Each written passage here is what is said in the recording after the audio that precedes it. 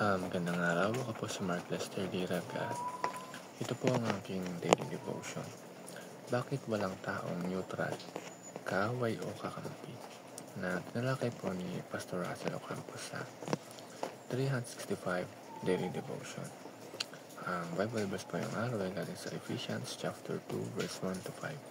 Sabi po ay, "And you hath he quickened, who were dead in the trespasses and sins, where in the time past ye walk according to the course of this world, according to the prince of the power of the air, the spirit that now worketh in the children of disobedience, among whom also we all had our conversation in times past in the lust of our flesh, fulfilling the desires of the flesh and of the mind, and were by nature the children of wrath, even as others.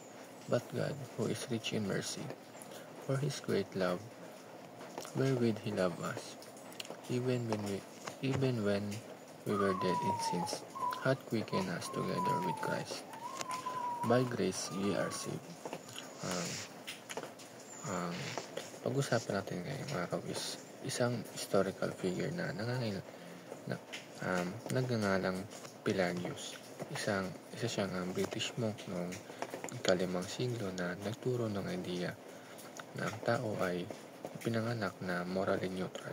Ibig sabihin ay wala raw tayong taglay na kasalanan mula pagkabata at kaya raw natin sumunod sa utos ng Diyos gamit lang ang ating sariling willpower o sariling lakas. Pero ang tinuro ni Pelagius na tinatawag na ngayon na Pelagianism ay isang maling doktrina. Bakit? Dito papasok ang first teaching na Pelagianism denies the reality of original sin and human depravity. Sa madaling salita, tinatanggi nito na pinanganak tayong makasalanan.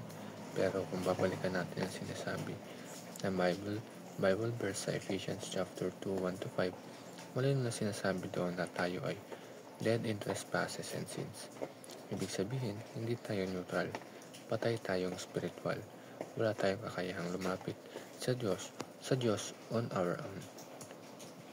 At ang second teaching is, the Bible teaches that we are not morally neutral, but already dead, deserving of wrath. Kung tayo ay patay sa kasalanan at likas na makasalanan, ibig sabihin, we are not just sick, we are dead. Hindi ito simpleng issue ng disiplina o maling desisyon lang, kundi likas na tayong hiwalay sa Diyos. Hindi tayo basta-basta makakabalik sa Kanya dahil gusto lang natin. Kailangan natin ang Kanyang awa at pagkilos. At ang last teaching is, salvation is not initiated by man's will, but by God's will and sovereign mercy.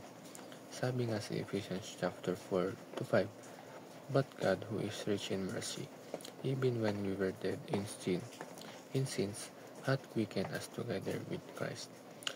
Sa kabila ng pagiging patay natin sa kasalanan, sa kabila ng pagiging kaaway natin ng Diyos, siya mismo ang gumawa ng unang hakbang. Hindi natin ito sinimulan. Hindi tayo yung lumapit muna. Siya yung nagmahal muna. Yung Diyos ang nagligtas sa atin. Siya yung unang nagligtas. Siya yung unang gumawa ng paraan para tayo maligtas sa kasalanan. Yun lamang po.